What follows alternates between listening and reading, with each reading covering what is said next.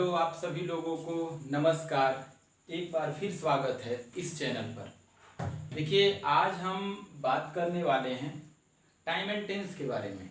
आपको इसके पहले भी एक टाइम एंड टेंस का क्लास हुआ था, क्लास 1।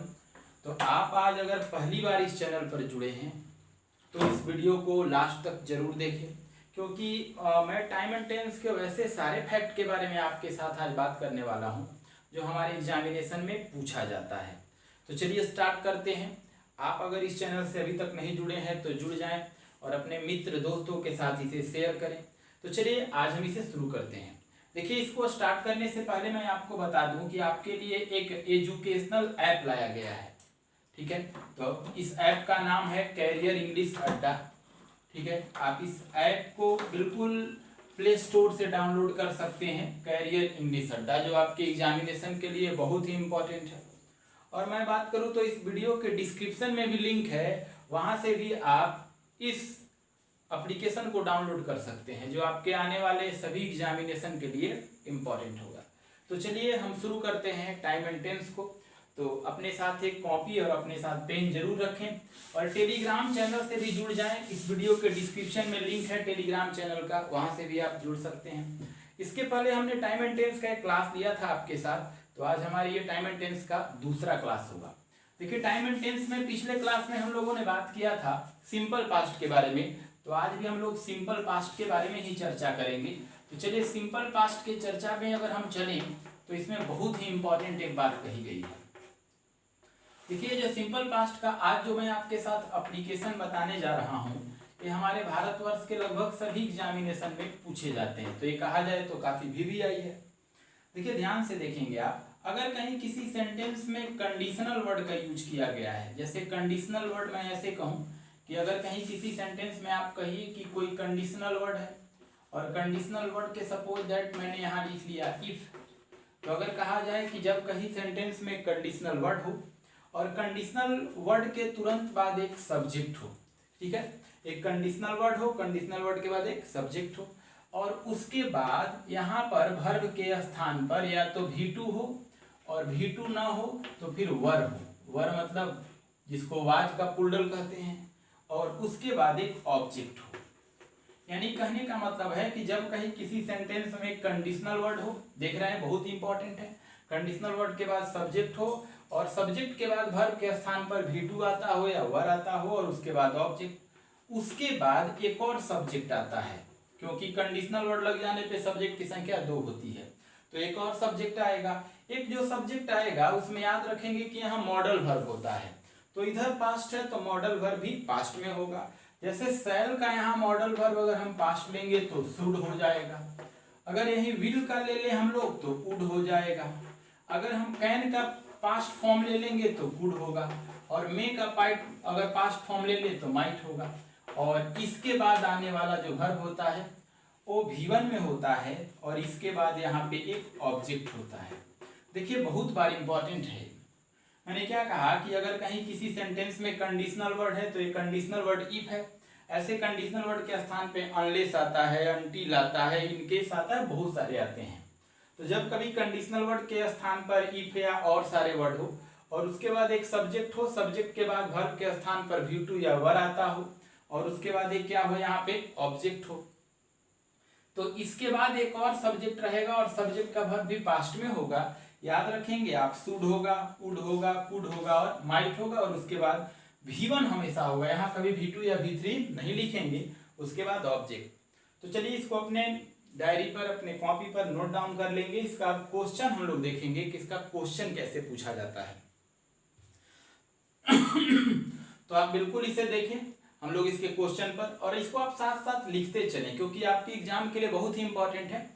आप इसे लिखिए भी और ऐसे आप अपने मोबाइल में है, आप इसे देख सकते हैं, लिख सकते हैं। तो चलिए हम लोग अब क्वेश्चन की ओर चलते हैं। देखिए इसकी क्वेश्चन बहुत ही इंपॉर्टेंट है हमारे आने वाले एग्जामिनेशन को लेकर के, और बहुत बार यहाँ से क्वेश्चन रखा भी गया है। अब इसमें मैं बात करूँ आपके साथ तो इसके क्वेश्चन पर मैं टाइप 1 लेकर चलता हूँ। मैं टाइप वाइज इस पर बात करूंगा आपके साथ। इसके ऐसे तो बहुत सारे टाइप हैं, लेकिन जो इसेंशियल है वही आज यहाँ बात करूंगा मैं। जैसे टाइप 1 में ऐसे मैं लिखूं कि इफ, मैं बोल भी रहा हूं, आप लिख सकते हैं, इफ जैसे मैं यहाँ से लिखता हूँ, आपको ज़्यादा क्लियर दिखेगा। इफ यू, ठीक है, लिख सकते हैं इफ यू वुड, लिखेंगे if you would call me, if you would call me here, if you would call me here, I would help you, full stop. ठीक है, मैंने क्या लिखा है कि if you would call me here I would help you. अब ये full stop हो गया, ये नो एरर हो गया। अब इसमें आपसे मैं बात कहूं तो एक सेंटेंस है, इसको एरर में मुझे डिवाइड करना है, तो मैं कॉल के बाद एक पार्ट डाल दिया, ए पार्ट हो गया। आई के बाद मैंने एक पार्ट डाल दिया है, बी पार्ट हो गया। नो एरर के पहले दिया है, सी पार्ट हो गया और ये डी पार्ट हो गया। तो चलिए पढ़िए, फटाफट आंसर बता दीजिए आप कि इसका आंसर क्या होगा। तो आप इसे समझ सकते हैं कि इसका आंसर क्या होगा। जैसे सपोज दैट मैंने कहा कि सबसे पहले कंडीशनल वर्ड चुनना है, तो यहाँ देखिए आपका कंडीशनल वर्ड इफ है और यहाँ पे सब्जेक्ट के स्थान पे क्या है, यू है। और आपको मैंने बताया है कि कंडीशनल वर्ड के बाद जो सब्जेक्ट आता है वहां पर V2 होना चाहिए और उसके दूसरे हिस्से का जो सब्जेक्ट है उसमें शुड, कुड, वुड, माइट होना चाहिए। देखिए यहाँ यू सब्जेक्ट है, इसके बाद यहाँ देखिए वुड कॉल, यहाँ पे ए मॉडल वर्ब आ गया। एक बात ध्यान रखिएगा, इस कंडीशनल वर्ड के बाद यानी कंडीशनल वर्ड के बाद कभी भी मॉडल वर्ब नहीं आता, तो यहाँ मॉडल वर्ब नहीं आएगा। और यहाँ देखिए दूसरा सब्जेक्ट है, मैंने बताया, और दूसरा सब्जेक्ट मॉडल में होगा। मॉडल में क्या होगा, शुड होगा, कुड होगा, वुड होगा, माइट होगा। तो आप यहाँ देख सकते हैं कि वुड है और वुड के बाद हेल्प है और यू है। यहाँ तो सही है, आपका ये मॉडल वर्ब सही है, क्योंकि मैंने बताया कि आपका कंडीशनल वर्ड कहीं रहेगा तो उसके दूसरे पार्ट में मॉडल वर्ब आएगा। लेकिन कंडीशनल वर्ड के पार्ट में कभी भी मॉडल वर्ब नहीं होगा। तो यहाँ पे जो वुड कॉल लिखा है ये गलत है। आप भी कोई भी जानकारी होगी, आपको भी पता होगा, आप वुड कॉल को हटाकर यहाँ पे ज्यादा बेहतर आंसर क्या लिखेंगे, कॉल्ड लिखेंगे, क्योंकि आपको कौन सा टेंस में लिखना है, V2 में लिखना है। तो बिल्कुल आसान था, बहुत इजी वे में आपका बना। तो चलिए इसके सेकेंड क्वेश्चन की ओर चलते हैं। देखिए इसका सेकेंड क्वेश्चन भी काफी अच्छा है। इसके सेकेंड टाइप पर चलते हैं जो एग्जामिनेशन में अक्सर पूछा जाता है। आप लिख सकते हैं इसे, मैं बोल सकता हूं आपके साथ भी। तो चलिए लिखिए टाइप 2, बहुत आसान सवाल है इसका। देखिए इफ लिख सकते हैं आप, if he was an officer, if he was an officer here he would help me, clear. अब इसमें मैंने वाज को अंडरलाइन कर दिया। पहला ऑप्शन बनाइए इज, दूसरा ऑप्शन बनाइए हैड, थर्ड ऑप्शन बनाइए वर और फोर्थ ऑप्शन आप बनाइए नो इम्प्रूवमेंट। ठीक है, बहुत आसान है। मैंने क्या कहा, पहला ऑप्शन इज, दूसरा ऑप्शन हैड, तीसरा ऑप्शन वर और चौथा no improvement.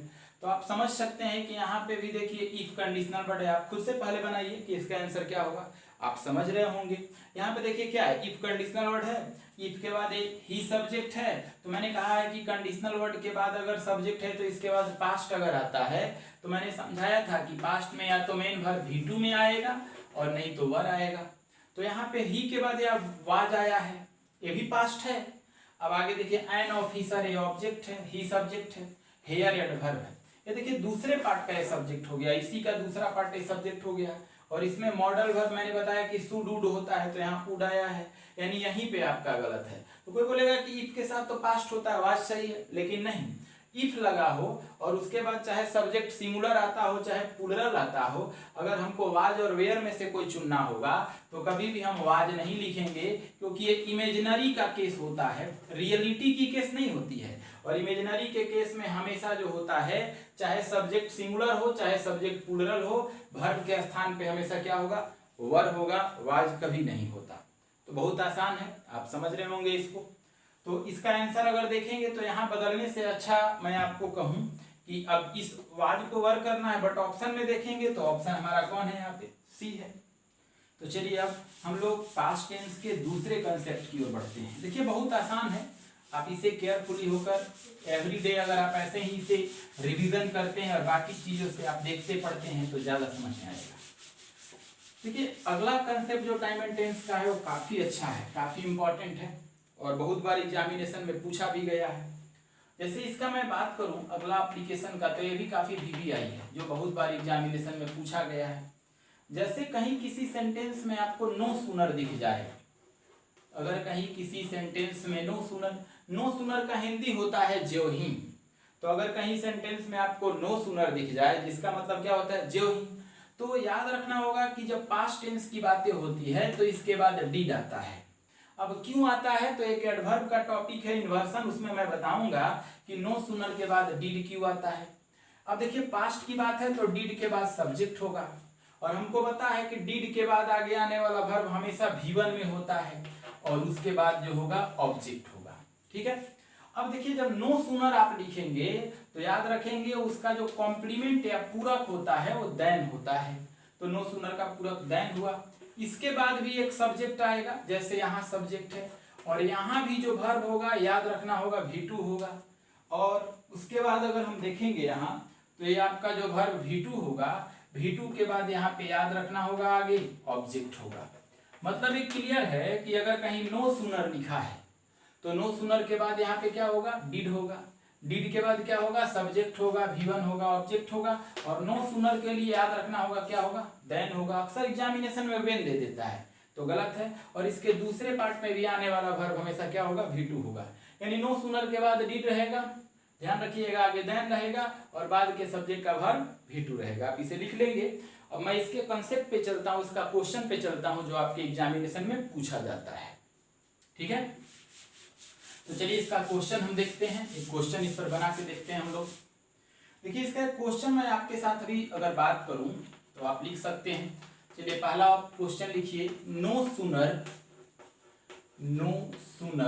Did you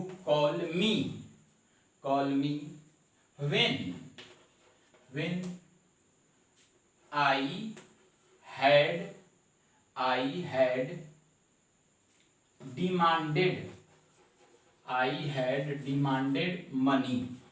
when I had demanded money, full stop, no error. चलिए फटाफट आप लिखते चलेंगे मेरे साथ। मैंने क्या कहा कि no sooner did you call me when I had demanded money, full stop, no error. चलिए आप डिड के बाद एक पाई डाल लीजिए। मैं कहूंगा कि आप यहाँ हैड के बाद एक पाई डालिए और इसको 4 पार्ट में डिवाइड कीजिए। ए पार्ट हो गया, यह बी पार्ट हो गया, यह सी पार्ट हो गया और ये डी पार्ट में हो गया। चलिए आप इसको पढ़ के फटाफट इसका आंसर बताइए कि क्या इसका सुटेबल आंसर होगा जो आपके एग्जामिनेशन के लिए आने वाले पेपर में तो अक्सर ही पूछे जाते हैं। देखिए यहाँ इसका आंसर क्या होगा, नो सूनर के बाद डिड आएगा, सही है। डिड के बाद एक सब्जेक्ट आएगा, देखिए यू सब्जेक्ट है, डिड है तो आगे भर V1 में आएगा, ये भी सब्जी है। ये देखिए ऑब्जेक्ट है, यहाँ भी सही है। अब देखिए नो सूनर है तो पूरक मैंने बताया था कि देन आएगा, तो यहाँ देखिए वेन आया है, ये गलती है। और मैंने कहा था कि देन के बाद जो सब्जेक्ट आएगा उसके लिए वर्ब सिंपल पास्ट में होगा। यहाँ देखिए हैड डिमांडेड है, पास्ट परफेक्ट है। तो हमको 2 चीज करना है, पहला तो करना है कि वेन को क्या बनाना है, देन, और दूसरा क्या करना है कि इसको हैड को हटा देना है। तो आप इतना पूरे को चेंज करके आप लिखेंगे, लिखिए आप, जाएगा वेन के बाद जाएगा आई, क्योंकि हेड हटेगा तो इसके वेन भी नहीं होगा, मेरी तरफ से भी गलती हुआ, वेन नहीं होगा बल्कि वेन के जगह पे क्या होगा, देन होगा। वेन तो यहाँ गलत ना हो जाएगा, तो वेन के जगह पे हम लोग देन आई लिखेंगे, क्योंकि हेड इसलिए हटाए क्योंकि आगे तो V2 है ही, तो हमें V2 की जरूरत नहीं है, केवल हेड हटाना है। तो आपका आंसर सुधार करके क्या होगा, देन आई होगा। ठीक है, तो चलिए अब आगे की ओर चलते हैं। देखिए अगर इसका एक और मैं आपके साथ कंसेप्ट शेयर करूं तो काफी इंपॉर्टेंट होगा आपके लिए, जो होने वाले एग्जामिनेशन के लिए भी महत्वपूर्ण है।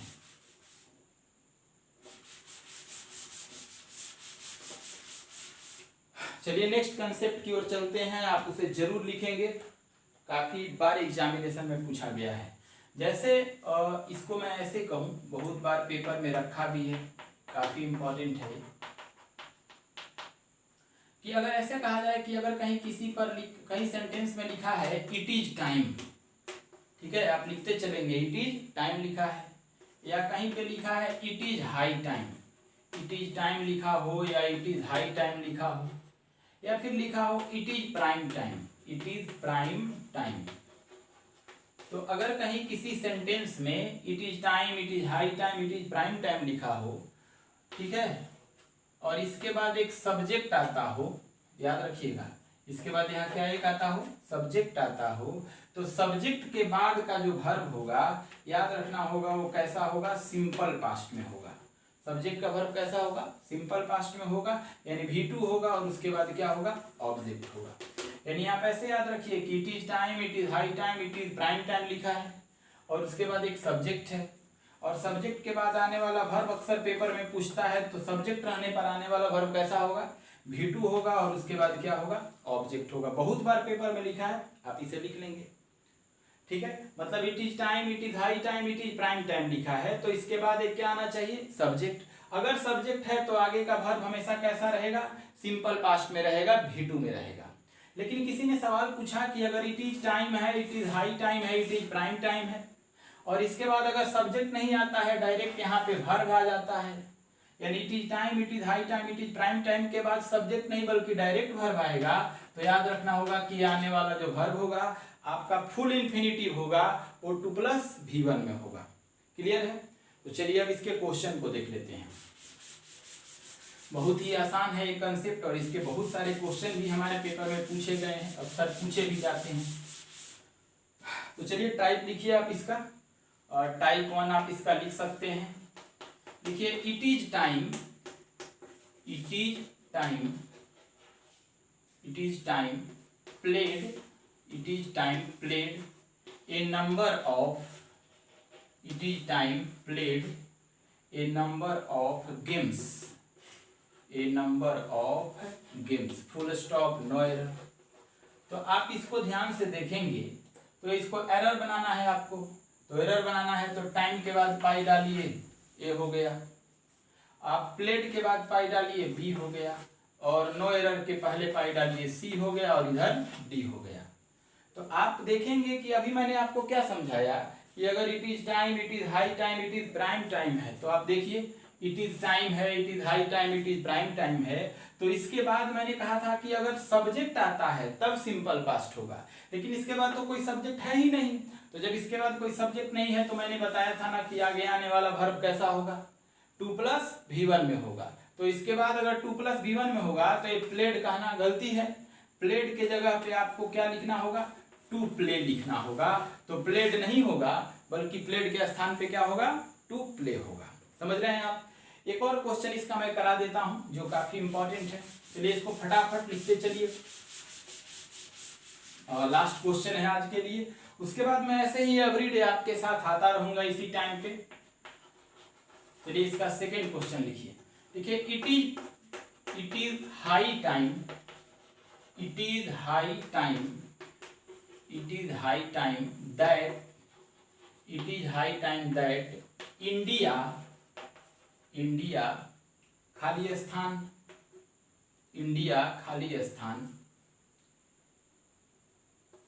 There, THERE, THERE।